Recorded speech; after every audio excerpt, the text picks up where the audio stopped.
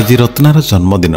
राहुल रत्ना को कथा देथिला ता जन्मदिन रे ताकू गोटे सुना मुदी दे प्रपोज करिवो। हठात कॉलिंग बेलटा बाजिला।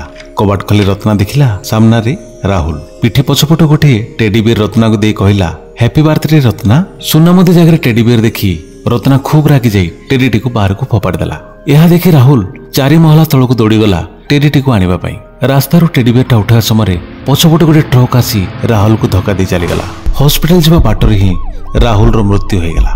रत्ना हॉस्पिटल जाई राहुल को जाबुड़ी धरी खूब कांदिला। हठात देखिला राहुल पाखरे से टेडी बियरटा पड़िछि। टेडीटी को हाथ रे उठा समय सेठी थिबा गोटे बटन उपरे रत्नार हाथटा पड़ीगला। टेडीटी हठात राहुल स्वर रे कहि उठला रत्ना तमे कोन मते बाहा हेबो। परे परे टेडी मुंडर गोटे सुनामती पदा को बाहरी आसला। एबे रत्ना को सारा जीवन अनुतापर नियारे जळिबाकू हेबो।